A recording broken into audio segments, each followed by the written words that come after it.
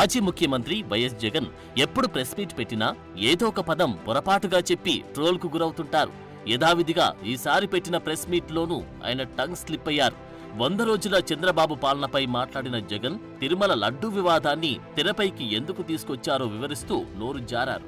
ఆయన చెప్పే విషయాలన్నీ స్క్రిప్టెడే అయినా కొన్ని పదాలను పలకడం ఇంకా సరిగ్గా రావడం లేదు పాపం. వారు సప్లై చేసిన ప్రతి ట్యాంకర్తో పాటు, వెరీ ఇంపార్టెంట్ ఈ పాయింట్, వాళ్ళు సప్లై చేసిన ప్రతి ట్యాంకర్ నెయ్యితో పాటు వాళ్ళు NABL సర్టిఫై చేసిన సంస్థ నుంచి, అంటే NABL అంటే నేషనల్ అక్రెడిషన్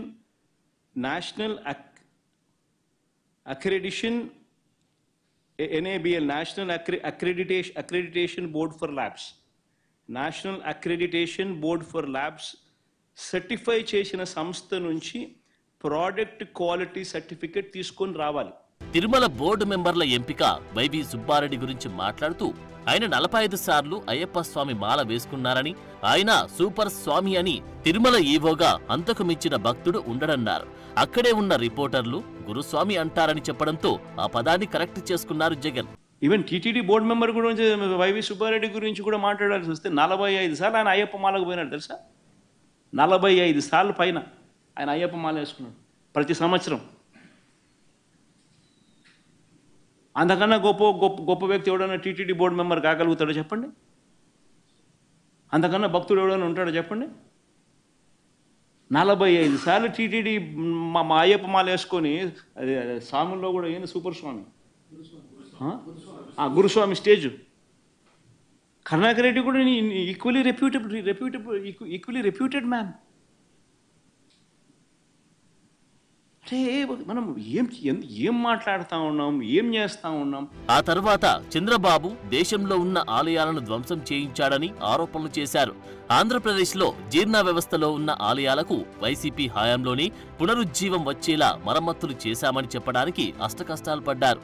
జీర్ణావస్థ అనేందుకు నోరు తిరగక జీర్ణ వ్యవస్థ అని పలికారు. ఇవి గమనించిన ట్రోలర్స్ ఊరికే ఉంటారా మరి, జగన్ను ట్రోల్ చేయడం మొదలుపెట్టారు.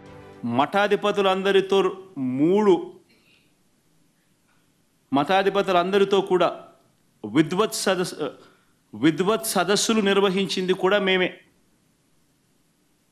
ఎప్పుడు చంద్రబాబు నాయుడు హయాంలో ఇలా మఠాధిపతులతో విద్వత్ సదస్సులు నిర్వహించే కార్యక్రమం ఎప్పుడు జరగల.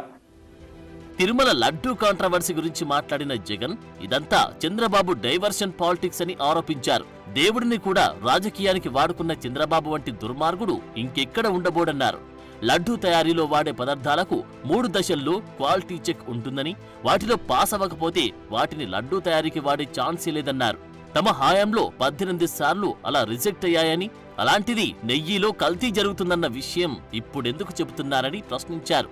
100 రోజుల పాలనలో ప్రభుత్వం అమలు చేయని హామీల గురించి ప్రశ్నిస్తారని, ఇలాంటి నీచ రాజకీయాలకు తెరతీస్తున్నారని దుయ్యబట్టారు. ప్రధాని నరేంద్ర మోదీకి, CJIకి ఈ విషయంపై లేఖ రాస్తానని తెలిపారు.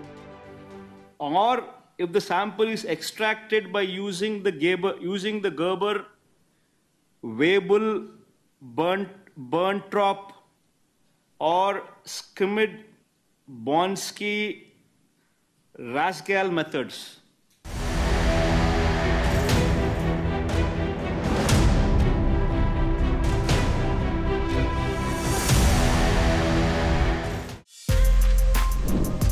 For more videos like this, subscribe Big TV channel.